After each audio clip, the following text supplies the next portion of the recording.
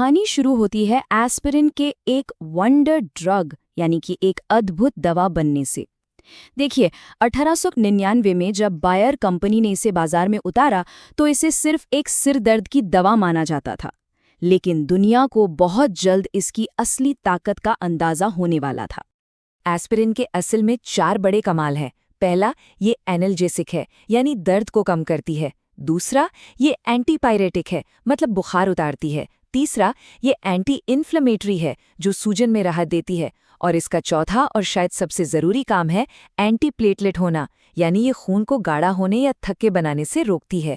और यही चौथा गुण, खून के थक्के बनने से रोकने की इसकी जो काबिलियत है, वही वो वजह है जिसने एस्पिरिन को एक मामूली दर्द की गोली से उठाकर एक जान बचाने वाली दवा बना दिया। यही वो ताकत है जो दिल के दौरों और स्ट्रोक जैसी जानलेवा चीज़ों को रोकने में मदद करती है। अब सबसे दिलचस्प बात यह है कि एस्पिरिन के ये चारों कमाल बस एक ही तरीके से होते हैं। इसे ऐसे समझिए कि हमारे शरीर के अंदर एक मास्टर स्विच है और एस्पिरिन का काम है बस उस एक स्विच को ऑफ कर देना।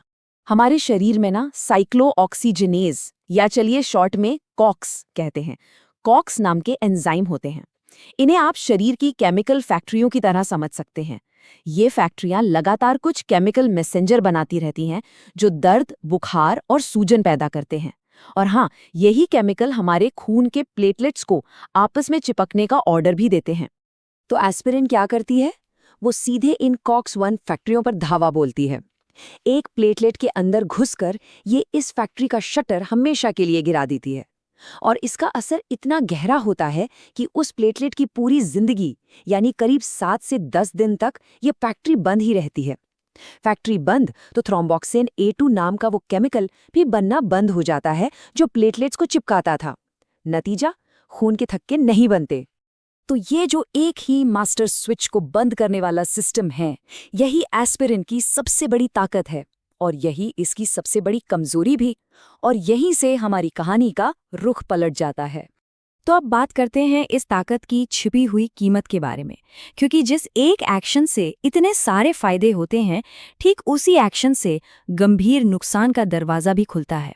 इसे ऐसे समझिए कि जो कॉक्स एंजाइम खून के थक्के बनाने में मदद करते हैं ना, वही एंजाइम हमारी पेट की अंदरूनी परत की हिफाजत भी करते हैं। तो जब एस्पिरिन उस मास्टर स्विच को बंद करती है तो दिल की तो रक्षा हो जाती है, लेकिन पेट का जो सुरक्षा कवच है वो कमजोर पड़ जाता है। आंकड़ों पर नजर डालें तो एक स्टडी में पाया गया कि लंबे समय तक लो डोज एस्पिरिन लेने वाले 10.7% मरीजों के पेट में अल्सर बन गए।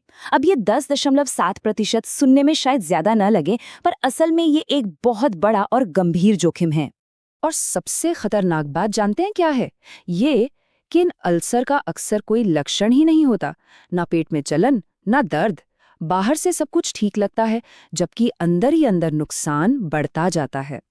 ये वाकई एक खामोश खतरा है और कुछ लोगों के लिए ये खतरा और भी बढ़ जाता है। मिसाल के तौर पर जिनकी उम्र 70 साल से ज्यादा है, या जिन्हें पहले कभी अल्सर या पेट में ब्लीडिंग हुई हो, या जो लोग एस्पिरिन के साथ कोई और दर्द की दवा ले रहे हों, या फिर जिन्हें हेलिकोबैक्टर पाइलोरी इन्फेक्शन हो। पेट के अल्सर के अलावा एस्पिरिन का एक और छिपा हुआ खतरा इतिहास में सामने आया था। एक ऐसा खतरा जिसने बच्चों के इलाज की पूरी दुनिया को हमेशा के लिए बदल दिया। ये कहानी है रेयस सिंड्रोम की। रेयस सिंड्रोम एक बहुत ही दुर्लभ लेकिन बेहद जानलेवा बीमारी है। इसमें बच्चों के लिवर और दिमाग में खतरनाक सूजन आ जाती है, और ये खास तौर पर उन बच्चों में देखी गई जो फ्लू या चिकन पॉक्स जैसी वायरल बीमारियों से ठीक हो रहे होते थे। फिर एक चौंकाने वाली खोज हुई। वैज्ञानिकों ने पाया कि जिन बच्चों को वायरल बुखार के दौरान एस्पिरिन दी गई थी, उनमें रेयस सिंड्रोम होने का खतरा कई गुना बढ़ गया था। बस इस एक खोज ने दुनिया भर में डॉक्टरों के इलाज करने का तरीका ही बदल दिया। इस खोज के फौरन बाद वर्ल्ड हेल्थ ऑर्गेनाइजेशन यानी WHO ने एक ग्लोबल वार्निंग जारी की। 12 साल से कम उम्र के बच्चों को बुखार होने पर एस्पिरिन बिल्कुल न दी जाए। अच्छी बात यह हुई कि दुनिया भर में इस चेतावनी पर अमल हुआ और नतीजतन ये खतरनाक सिंड्रोम लगभग गायब ही हो गया। तो अब हम इस कहानी के सबसे अहम मोड़ पर आते हैं। अगर एस्पिरिन के इतने फायदे हैं और इतने ही बड़े नुकसान, तो फिर फैसला कैसे हो? इसका जवाब एक ही चीज में है। फायदे और नुकसान के बीच सही संतुलन बनाने में। खास तौर पर बचाव के लिए लो डोज एस्प्रिन लेने का फैसला एक तराजू पर तौलने जैसा है। एक पल्ले पर है खून के थक्के से बचने का फायदा और दूसरे पर है पेट में ब्लीडिंग होने का खतरा। फैसला इसी बात पर निर्भर करता है कि किसका पल्ला भारी है। मेडिकल भाषा में इसे 2 हिस्सों में देखा जाता है। पहला है प्राइमरी प्रिवेंशन। ये उन लोगों के लिए है जिन्हें आज तक हार्ट अटैक या स्ट्रोक नहीं हुआ। इनके लिए अक्सर एस्पिरिन से होने वाली ब्लीडिंग का खतरा इसके फायदे से बड़ा माना जाता है। और दूसरा है सेकेंडरी प्रिवेंशन। ये उन लोगों के लिए है जिन्हें पहले हार्ट अटैक या स्ट्रोक हो चुका है। इनके लिए एस्पिरिन लेना बेहद ज़रूरी हो जाता है, क्योंकि दोबारा अटैक रोकने का फ़ायदा ब्लीडिंग के खतरे से कहीं ज़्यादा बड़ा होता है। और यहीं पर सबसे बड़ी दुविधा खड़ी होती है। जो मरीज सेकेंडरी प्रिवेंशन में है, अगर वो एस्पिरिन लेते रहें तो ब्लीडिंग का खतरा बना रहता है, लेकिन अगर वो इसे लेना बंद कर दें तो हार्ट अटैक या स्ट्रोक से जान जाने का खतरा कई गुना बढ़ जाता है। ये वाकई एक बहुत ही मुश्किल फैसला है। तो आखिर में सवाल वही है, एस्पिरिन जीवन रक्षक है या एक छिपा हुआ दुश्मन? सच तो ये है कि इसका कोई एक जवाब है ही नहीं।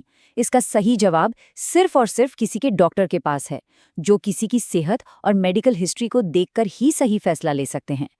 याद रखने वाली बात यह है कि एस्पिरिन के बारे में कोई भी फैसला अकेले कभी नहीं लेना चाहिए। ये बातचीत हमेशा एक डॉक्टर से ही शुरू और खत्म होनी चाहिए।